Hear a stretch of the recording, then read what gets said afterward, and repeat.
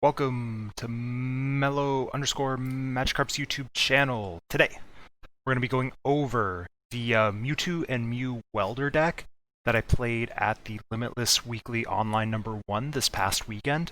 I'm going to be uploading, or have already uploaded depending when you're watching this, each of the rounds. There were 8 rounds that I played with the deck, and I'm going to go over 59 of the 60 that I was playing. I have made one change, and I'll point that out. Some of the things I'm going to go over a little quickly because certain pieces of the deck have been here for, as long as this deck has existed in this format, but some of the things that I'm playing are a little different than what you would see. So I'm going to go into those in a little more detail as well. So the first thing is, for those of you that don't know, we're using Mewtwo and Mew-GX, and we're using the Perfection ability to copy all of these attackers. So I've been asked a few times when I'm playing this deck on stream, like, wait, you have all these evolution Pokemon, but you don't have their basics. It's correct. We're using Mewtwo and Mew to copy these Stage 1 and Stage 2 Pokemon and other basics in order to, kind of streamline the deck. Like, it gives us just so many options, which is the reason why this is one of my favorite decks to play. Just kind of period. I played Mewtwo Mew Welder at San Diego Regionals last year, and I got top 32 with it. I loved that deck. I won a cup with it during that format as well.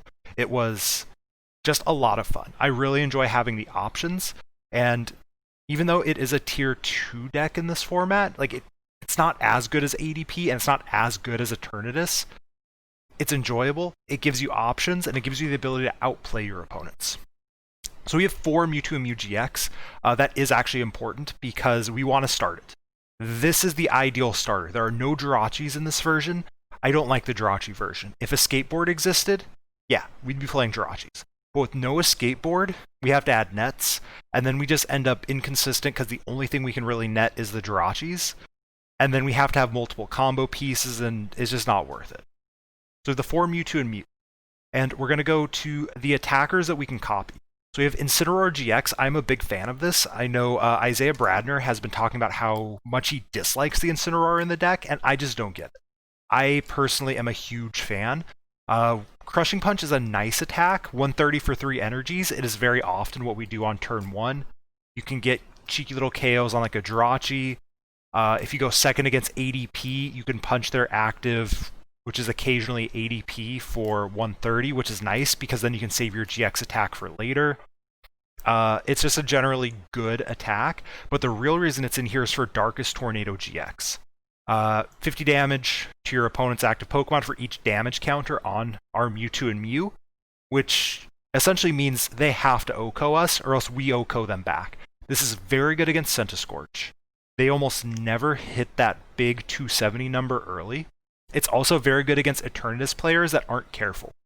You'll occasionally run into Eternatus players who don't OHKO you, and if they forget about Incineroar-GX, you can actually get the return knockout and go ahead on the prize race, and then you're ahead on energy as well. So Darkest Tornado is just a very good threat because it threatens Eternatus to say, hey, you either OHKO me or you don't attack. And that is very good because that is a tough matchup. We have Naganadel-GX for the Venom Shot, which snipes 170 to the bench. This is just plain good. Like, finish off Dedenne late in the game. If you have to poke into something, you can finish it off with Venom Shot as well. So like, talked about Incineroar hitting something early. You can then finish it off with a Venom Shot. So like an ADP, for example. You Crushing Punch. Then, maybe they go to the bench, they've already GX, maybe you had a bad start. You can always finish it off later with a Venom Shot. It does happen a lot. This is actually one of the best late game attacks in the deck. We have Reshiram and Charizard, which is both used for its attacks and also used as a card. So the big attack here is Outrage. Outrage is just ridiculously good. Kind of like Incineroar-GX, we can punish if they don't OHKO us. Outrage lets us do the same thing. If our opponent's hitting us hard, we can just outrage them back for knockout, and it's a very small investment, just being, a welder for 1 plus an attachment. This is also a very good card because Lucario Melmetal-GX has become a very big deck, and they struggle against Reshiram and Charizard-GX. So this is both a good card to copy with Mewtwo and Mew because of the outrage, and also against these metal decks. they just can't deal with this very effectively. So it's a good just thing to power up in that matchup. Skip Victini V, we can't copy Victini V, we'll get back to that. This is probably a different one than what you're used to seeing. Flareon-GX is in here for both attacks, actually, not the GX. GX is trash for this deck.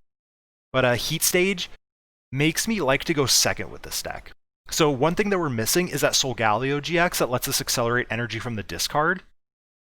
Heat Stage lets us accelerate from the hand. So I have had games where I miss Welder turn 1, but I'm able to Heat Stage and still get 4 energy on the board, which is incredibly important. Like, it lets us miss Welder and set up important damage as well. So it's in here largely for that Heat Stage attack, which makes it great going second turn 1. Bright Flame's also nice. This is the hardest hitting attack for 3 energies that we've got that isn't a GX attack. So Incineroar can hit for 130 for 3, that's cool, but this can hit for 190. It does discard 2 energy, so you usually don't want to do it early, but sometimes you have to. And it's not necessarily bad. Let's say, again, ADP, you're up against them, they leave a Dedenne or a Crobat active. You can Bright Flame, you still have 1 energy. They come up with the ADP and GX, then you can go Welder Attach, and you can use the Charizard-GX, which we'll get to in a second, to OHKO their ADP, and at that point you just win the game. So being able to knock out like a Dedenne or a Crobat that's active is valuable. You don't always use it, but it is a nice option to have, especially in the late game where you don't care about the discard. So I think this is one that people should be including. I don't use it every game, but I definitely use it often enough where it is going to stay in the deck. I mentioned the Charizard-GX. This is the one from Hidden Fates. It is entirely in here for this Flare Blitz GX, which is just a very nice vanilla 300 damage for 4 energies. Has a perfect number to KO ADP, which is very, very, very important. Kind of go off of the Heat Stage 2 on Flareon. I forgot about this one. If they stick a Big Charmed ADP in the active, which isn't unrealistic, because they're like, hey, you can't OHKO me, right? We can go Heat Stage for 30 into Flare Blitz for knockout, which is a pretty powerful combo. So this is here to OHKO ADP, or potentially other tag teams you may run into as well. And then we have Muk Alolan Muk-GX, which is largely here. Well, I guess the GX too. Severe Poison is a very nice attack because this gets through Obstagoon, Altaria, and Decidueye's ability because it poisons, and all of them only prevent damage. So this is one of your outs against those wall decks. It's also a nice, like 8 damage counters KOs a Jirachi. Sometimes you end up in a weird situation where you don't have anything else, turn 1 going second, you're like, well, I'm going to put some damage on you, put some pressure, and it can really mess up your opponent. Just like a nice little, hey, here's some damage. Nasty Goo Mix is one of our main win conditions against Eternatus.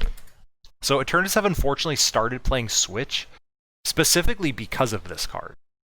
So what it says is your opponent's active Pokemon is now paralyzed and poisoned for free. I'd be lying if I said I've never used it for free, but if you're using it for no energy, you're in a bad place.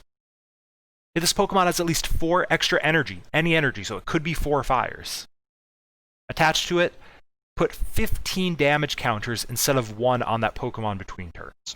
So this is very nice in the late game. You can set up a play on an opposing Eternatus or Centiskorch or Inteleon or any VMAX where you can go Stamp to 1 or 2. Nasty Goo Mix GX. So they take 15 into their turn, they have to have a switch. If that stamp didn't give them a switch, they pass. They take 15 more damage counters. So they're at 300 now. They're not knocked out. That gives us the opportunity to use Venom Shot to take 2 prizes on something like a Dedenne on the bench or another VMAX that we have damaged. So we can Venom Shot a Dedenne for 2 prizes, and then 15 more damage counters on the active brings up to 450. Which is a knockout. So that's a nice 5 prize turn that we can take with Nasty Goo Mix, which can really change the course of a game. I have been down 5 prizes to 1 on multiple occasions and just gone Stamp to 1, Nasty Goo Mix, they draw nothing, Venom Shot, and then that's game.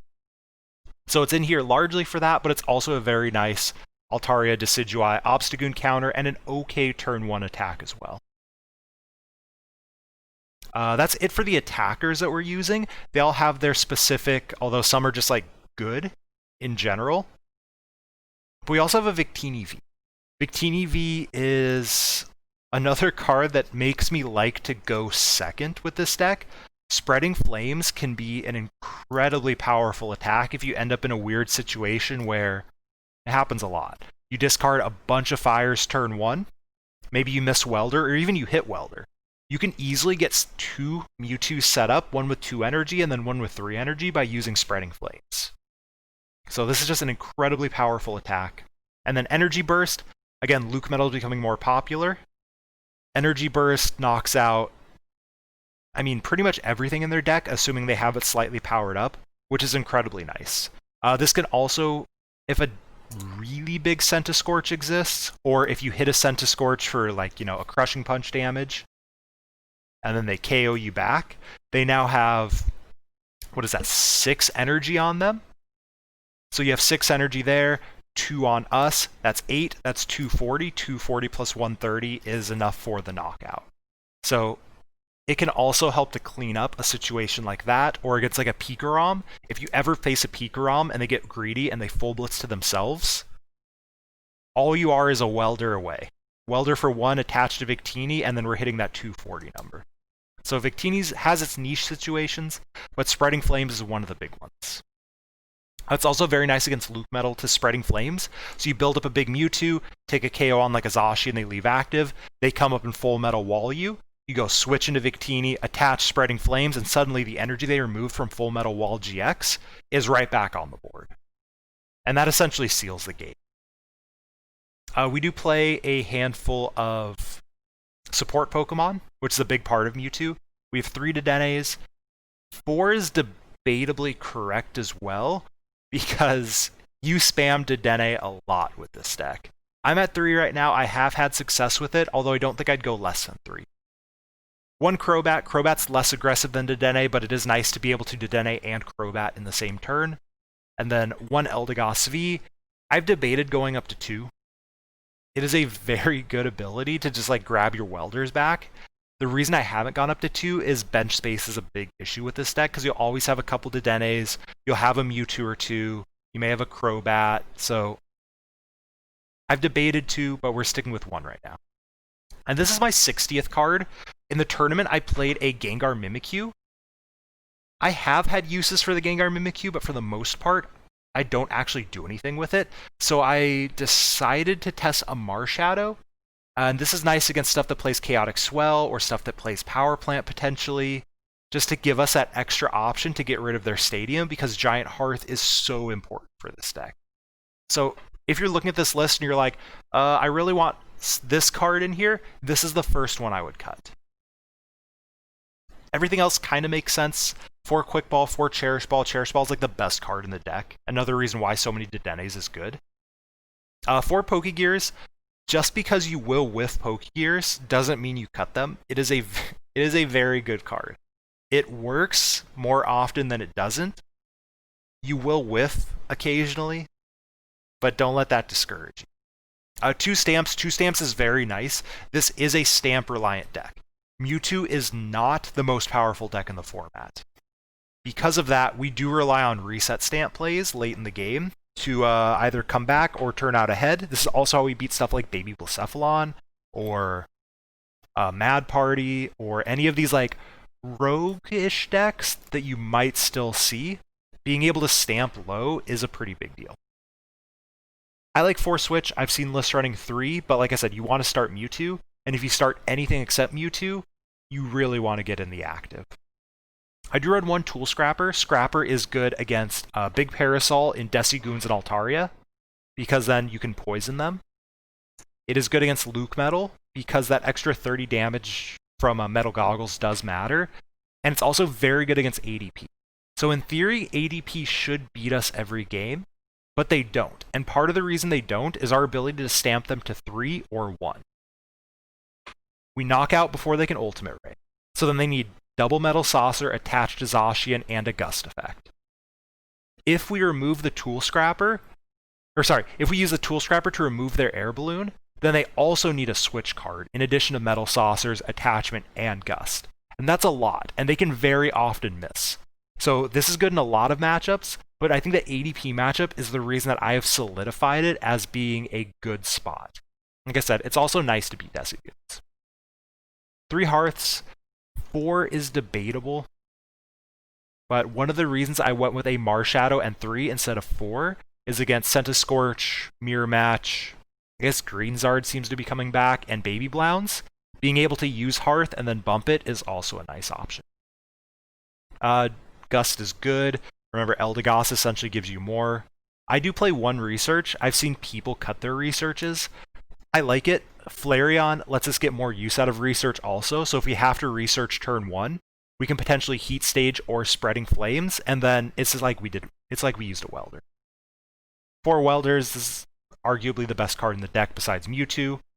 And then we play Horror Energy, and one of the reasons why we do this instead of Aurora is that 2 damage counters actually matters quite a bit. You'd be amazed how often the math comes into play. If you get 2 of these against Mad Party, for example, Bunnelbees can't attack you. If you, I was thinking Altaria. Against Altaria, if you get 2 of them down, Poison plus those 4 damage counters knocks them out. So the Horror Energy does end up mattering, and those 2 damage counters is pretty relevant, so I do like them. And then 10 Fires, because, I mean, you need Fires. It's a very good card. So again, I'm going to be uploading the videos, or have already uploaded the 8 rounds where I play the deck, and I do make some misplays, but as a whole, I think I feature the deck pretty well, and I also call out my own misplays. So hopefully you check those out. Shout out to our sponsor, tabletopvillage.com. Remember, I stream on Twitch, twitch.tv/mellow_Magikarp. And thank you all for watching. Catch you later.